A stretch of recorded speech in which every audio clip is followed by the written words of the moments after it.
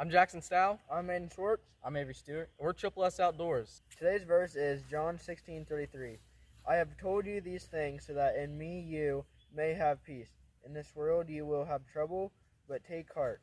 I have overcome the world. Today we just want to kind of talk about some of the calls we use during our hunts during the season, some of the techniques, some of the tricks and tips to turkey hunting. These birds aren't easy to kill, and we want to try and help you have the highest chance of getting one on the ground. So my diaphragm call is a Woodhaven. I forget what the actual call name is, but Woodhaven is a great brand. I highly recommend Woodhaven diaphragm calls. Their calls are about $15 a piece. You can get 3 packs for like $30. Aiden runs Woodhaven. You have a couple Woodhaven mouth calls. They're great calls all around. Their slate calls are a little bit pricier if you're trying to stay on a budget.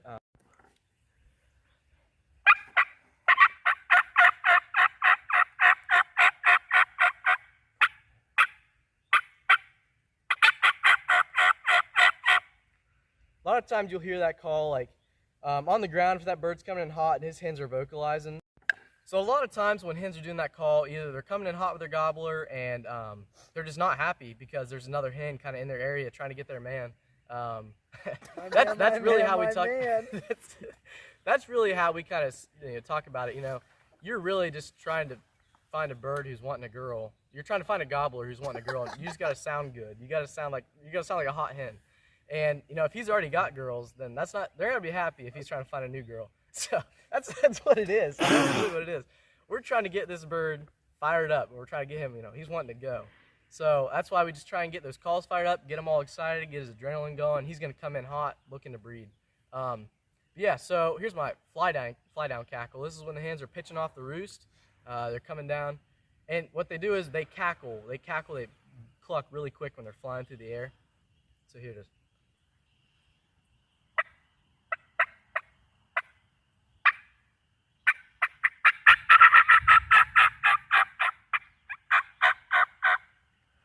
So you can see where they speed up when they're flying, so that's why they cackle. It's called a fly down cackle. But Aiden, give us a few calls. Let us know what you're doing. This is my Woodhaven diaphragm call.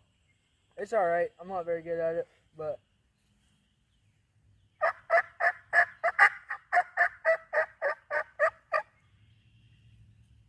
it'd be better if my reeds weren't stuck together. That's another thing. With these diaphragm calls, a lot of times it'll just sound like single pitch. You know, there won't be a rasp to it. You can kind of hear how the call kind of flicks. It's kind of like there's a rasp to it. If your calls aren't raspy like that, run them under hot water under the sink and carefully pull your reeds apart, because with that saliva in your mouth, the reeds get stuck together is the problem. Talk to us about your slate call. This is Nightingale. Nightingale. The Nightingale. It's decent for the price of it. I'll be honest. It's like a $40 slate call. I mean, it's slate over glass, but it really is good. I'm still breaking it in a little bit. It still sounds terrible. So it's got slate on the bottom and glass on the top. Yeah, glass on the top. I mean, it doesn't sound great yet, but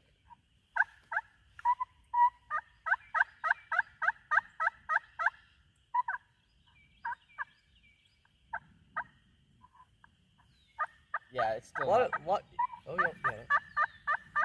There you go. A lot of still need to times, get the glass. yeah.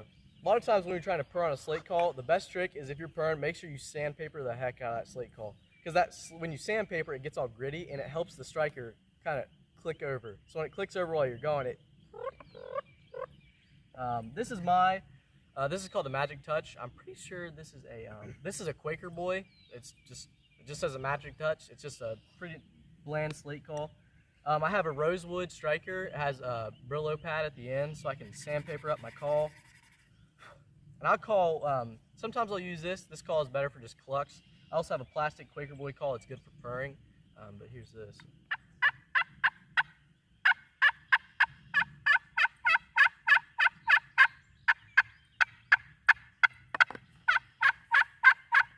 A lot of times when we're just clucking, you just keep a small little circle motion.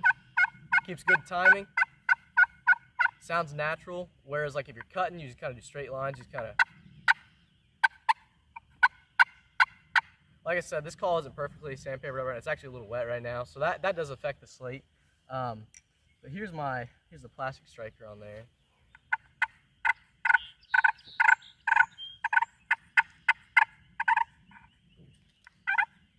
A little rough.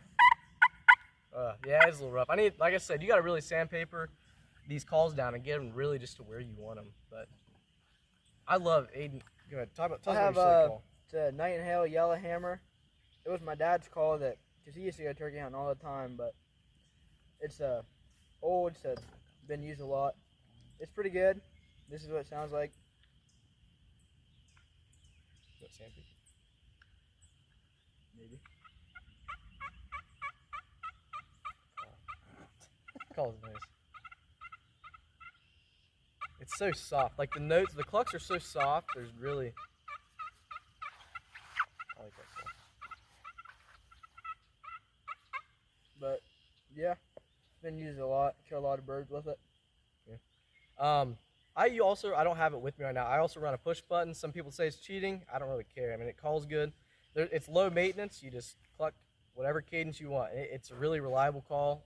Quaker Boy, great brand. I really support Quaker Boy. We're going to talk about our Quaker Boy is pretty good for the price they are. Too, right. Yeah, so. Quaker Boy. If you're on a budget, you're just starting out, buy Quaker Boy. That's what I started with. Yeah.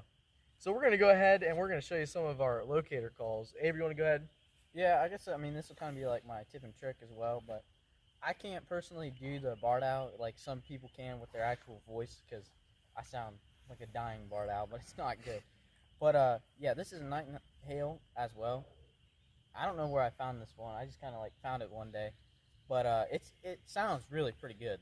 I mean, Primos makes one, I'm pretty sure. Primos, yeah, Primos calls are pretty good. Yeah, but they're a little tricky to use. Their mouth calls aren't very good. But No. But, I mean, it sounds pretty close. It's like... For a barred owl call, I'd say, and it's not wooden. I mean, you can have those long wooden ones I've seen, but it sounds pretty good for a kind of Lightweight. El Cheapo lightweight barred owl call. I mean, and it definitely works to locate them. I mean, you'll get into those valleys and stuff, and they'll pop off just with this, and it's pretty impressive. And you'll get other barred owls to start talking back to it, which helps you too. So, yeah, that's kind of my tip and trick as well. So. Yeah, what he was saying with like the vocal, like people doing the owl calls with their mouths. If you ever watch, I highly suggest watching The Hunting Public. Great content, but Warb on The Hunting Public, he has one of the best natural barred owl calls I've ever heard in my life. He can get a bird struck up 500 yards away of just using his voice. I'm getting there. I'm kind of curious. Let's each try it.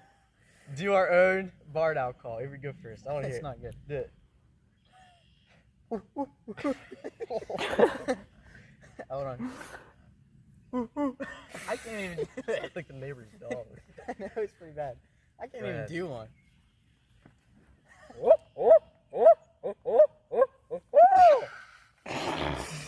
It's all right. It's not bad.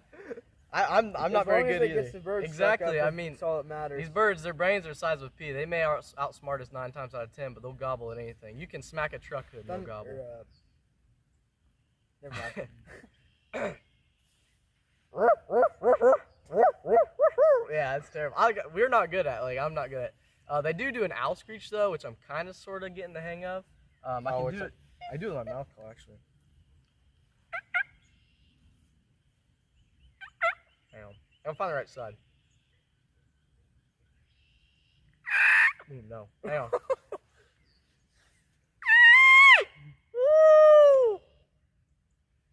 Sometimes that'll get a bird struck up just because it's just that shock gobble. When they hear a loud noise, it kind of shocks them. They're super territorial, so that's why they gobble at other gobblers. They gobble at owls. They gobble at things that Pretty much anything. they gobble really. at things that are invading their territory, things that they might find threatening. Once again, their brain's that big, so they really, I mean, they gobble at anything. But I haven't. This is my go-to locator call. This doesn't even have a brand on it. Says since Loman. Actually, I've never seen that. Since 1937, this is a crow call. I have a crow call. It's a Primos. It's called the Power Crow. It's like an orange crystal call. Super cheap. It comes in a 3-pack. There's a hoot flute. There's a diaphragm call, the crow call, and a crystal slate call. It's a great pack. It's like $30. But I use that Power Crow call when I'm trying to call far away. This crow call is if I'm like in the woods, like up close with them. But I can also, crows do this call called a comb call, and I'll try my best to do it. I'm still getting the hang of it. It's like,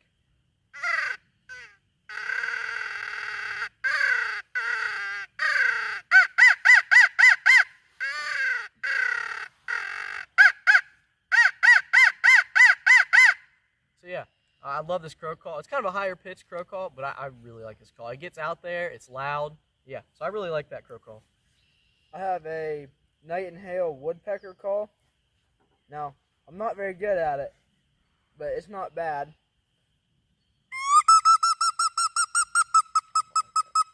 Huh? I like that.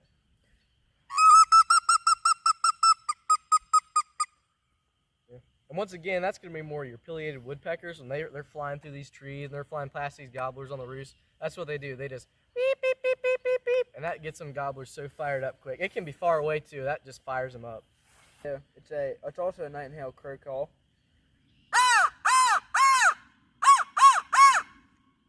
Sounds It's loud. We can hear it echoing down the valley right now. I'm sure the camera didn't pick that up, but sounds like a crow. does sound like a crow. So this is my owl call. It's not a tube, it's a flute. This is the Primos hoot flute. There's different holes to do different tones. But I hold all 3 holes in. There's one on the back too, and it's a deep. Sometimes I'll like start high and go low, but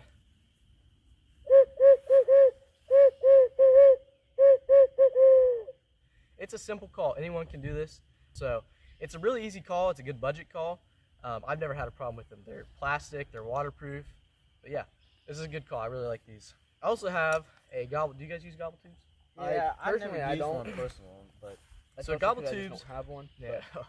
Gobble tubes are kind of tricky. This is a Primos. It's called the Gobbler. This is an old 80s call. It still sounds really good though. And when you do these certain birds, if they're fired up enough or it's the right time of the season, then they'll sound off because they're territorial. They don't like, other birds being in their grounds. But sometimes you're on the ground during a hunt and you're with a bird who already has hens and he just, his adrenaline's gone. He's got hens. He doesn't really care if he gets another girl or not. He's already bred. Those gobblers, they're not really looking for a fight, so you could scare them off potentially. But yeah, so here's this. I gotta stand up through this. It's like, I know people who can cluck on this. I've never personally been able to. I've just used it strictly for the gobbling, but do that one more time. And then you can also pull this plastic up to get different tones. So I guess it'd be more like a Jake because they're higher pitched. Just like. Do one more. Some people shake it. They're like, I can't do that. I'm not fast enough. But yeah. So on to the tricks or the tips, I guess. A lot of times, you hear from these old timers, they call like once every half an hour, and they killed birds doing that.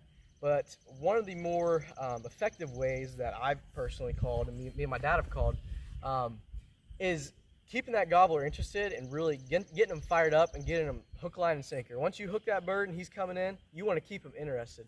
We've had birds, we've tried the older techniques where he gobbles, we'll let him gobble for half an hour, we'll cluck a couple times. He'll respond heavy, but he doesn't always commit to the bit because, who wants to go after an unsure hen? No one wants to go after an unsure girl. You want to go after something that's wants you, So we respond like every 5 gobbles-ish, and you just keep them fired up, keep them gobbling, keep that bird, keep them active, keep them ready. And yeah, so that's one way. That's the call that he just did. That's a pileated woodpecker. I don't know if that caught that.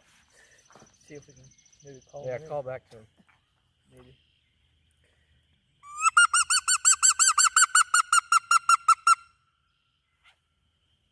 Oh, I see him. See those 3 trees that fork out over the... Yeah. Go up that tree? See Oh. that black spot? Yeah, that's it.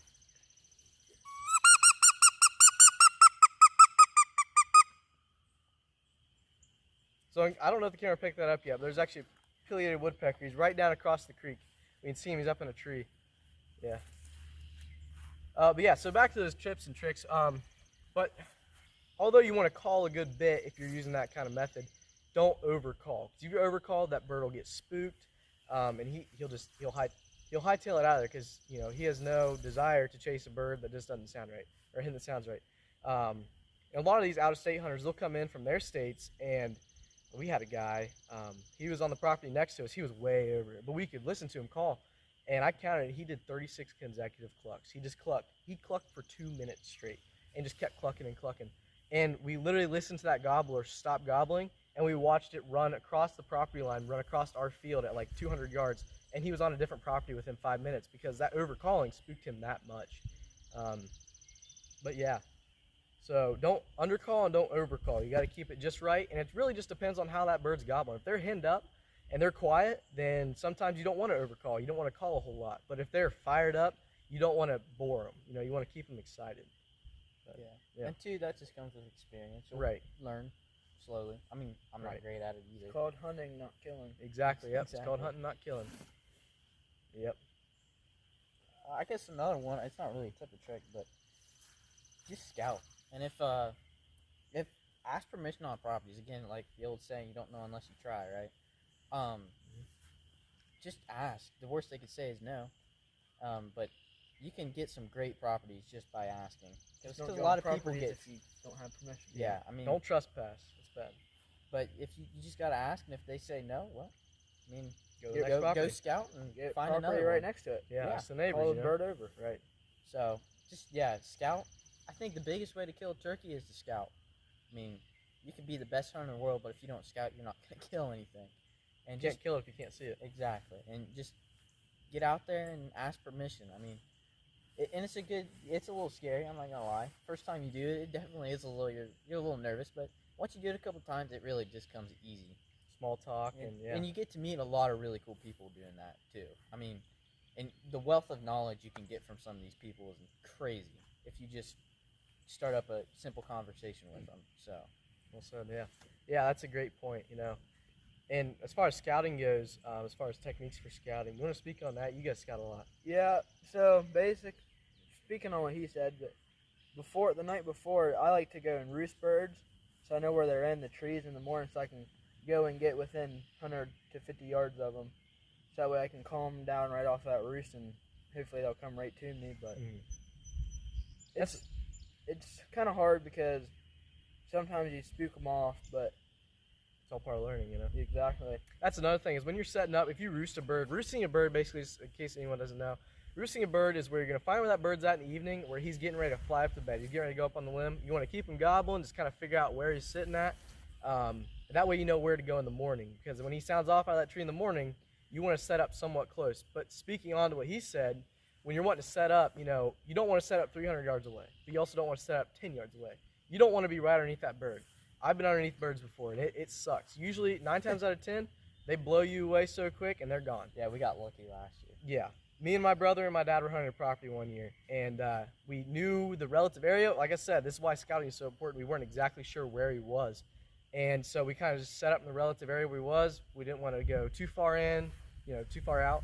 We're sitting there, and it's dead silent. That bird was so fired up the night before, dead silent. And I had a feeling they were right on top of us. I turned my head, not 15 yards beside me, just up in this tree. There's a hen. I look back, 2, 3, 4. This gobbler had 8 hens with him. They were all around us, and he flew the furthest back. So he was across the ravine, and these hens were on our side. These hens flew down, and the one hen wing clipped my brother's head and landed right in front of us. Almost landed on top of us, and it just boom, clipped him right in the back of the head, landed on us.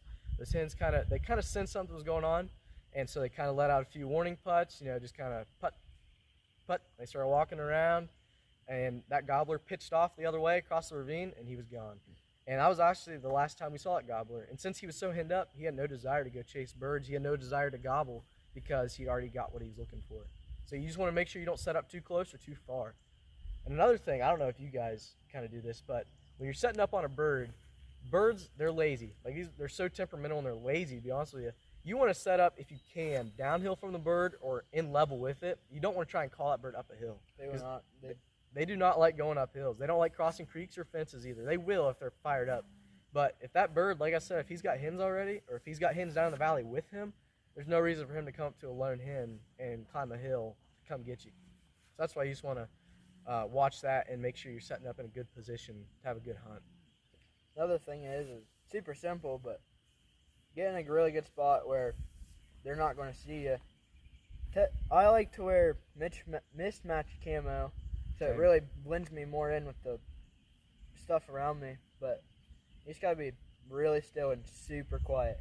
Right. Because even though their brains are about that big, they could see you from 200 some yards away and be gone before you even see them. It's crazy. And speaking on what he said, you know, if you go out and you're wearing camo like this is a pretty, you know, that's a pretty bold camo.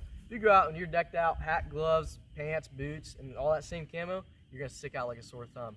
But what I like to do is really what he's wearing. I wear this top and I wear pants just like this. This is kind of lighter material, which it does work in the leaves. Especially if that sunlight's hitting you just right. Right, yeah. That sunlight will give you away just like that. But really, I mean, he's got kind of the ideal. This is kind of the ideal what you want to wear. Mitch match camo. I get it. If you want to match camo and that works for you, if you're sitting on the ground, you're not in a blind, then if that works for you, you can go right ahead. You. But it just kind of gives you a higher chance of blending in better than wearing one solid, one solid shade of camo, one solid pattern. Also, you got to make sure that pretty much every part of your body is covered up to where the only thing showing is your eyes. Mask, gloves, face, everything, yeah. Because they will spot you out like. And make sure you have good shoes. Because a lot of times in the spring, it's warm in the morning. So those fields, if you're walking through them, they're covered in dew. I made the mistake of wearing Hey Dudes one time, and I will never wear Hey Dudes again. I was sloshing and squeaking in those shoes before I even got halfway across the field we were walking.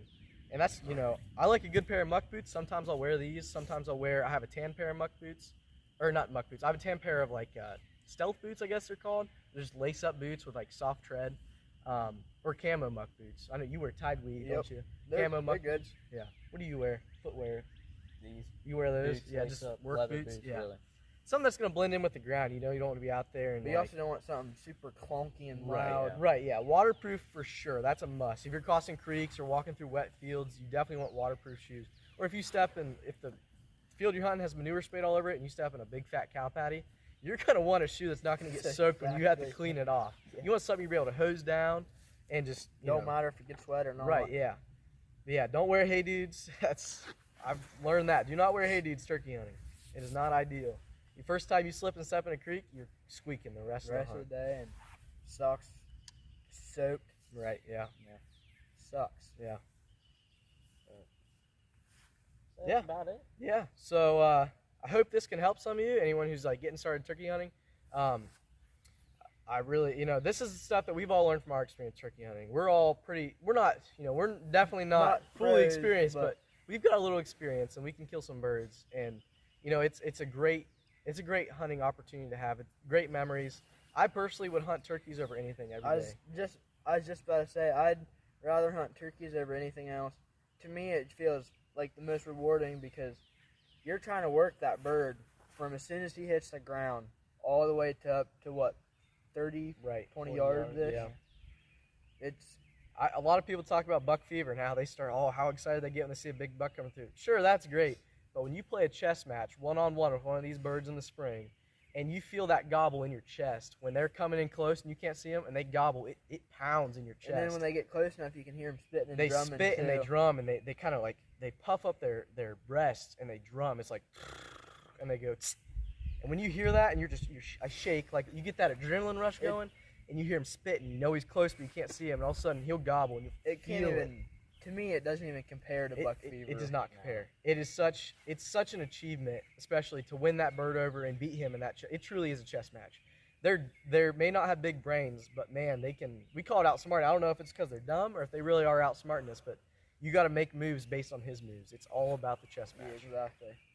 Another thing is when you get that bird close enough and you go to shoot him, wait till he's not in full strut. Oh yeah, for sure. Yeah. Yeah, this guy over here. Tell us Yeah. about that hunt.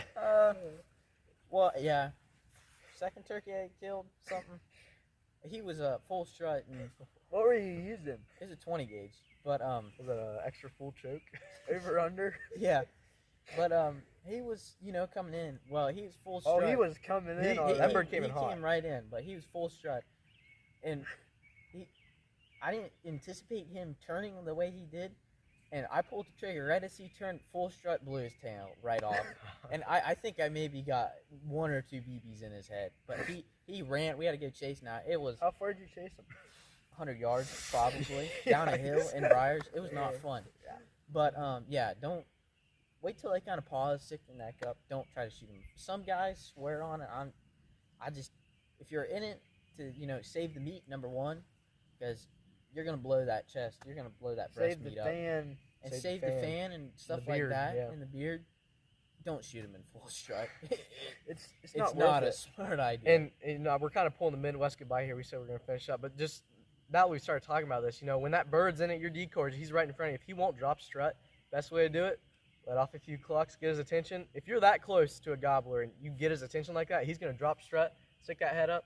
I personally use a 3.5 inch. I use a Mossberg 935. I shoot 3.5 inch Magnum shells, and so it wallops. It'll kick. So I put that dot or my beads right on the middle of that neck. So when that kicks, I'm spraying his neck and into his head. I'm not shooting him. Yo. Going on, always said we had an important phone call.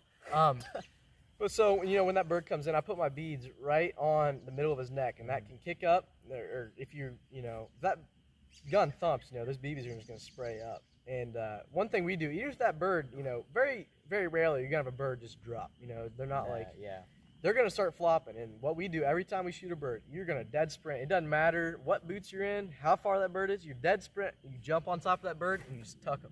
You hold him tight, that way he doesn't beat up that tail. You can get it mounted, get it looking real good. Because they'll beat their tail feathers out, and you won't have a tail to mount. Yeah. And just make sure, you know, if you got to finish them off, whether it's foot on the head or whether it's just, you know, ringing their neck. Or some people shoot again. I don't do that personally. But whatever you got to do to get that gobbler done, then that's just kind of what you got to do. Oh, and another thing, we were talking about when you're shooting close, you want to make sure you pattern your shotgun. What I mean by pattern your shotgun is you put that choke tube in, it's going to shoot differently with different shells. So set up a target at 30 yards with the choke tube you're going to use that year. Have maybe 3 different kinds of shells. Personally, I use Longbeard XR. When I shoot my 20 gauge, I use 3-inch Longbeard XR made by out of Winchester. It's great, a great shell. Great round. Also, when I shoot, when I'm not shooting my 3.5-inch shells, I'll shoot 2 3/4. I forget what the company is, but it's called Magnum Blend. You can look it up. I think it's Winchester, isn't it? Is it Winchester? It might be Winchester. Federal? It's Federal. It's Federal Premium. And Federal has good shells. I like Federal, but it's called Magnum Blend, and it's got 5-shot, 6-shot, and 7-shot size BBs all mixed in there. So you're gonna launch some BBs really far, and you're gonna keep some spread out close. It's all about the pattern.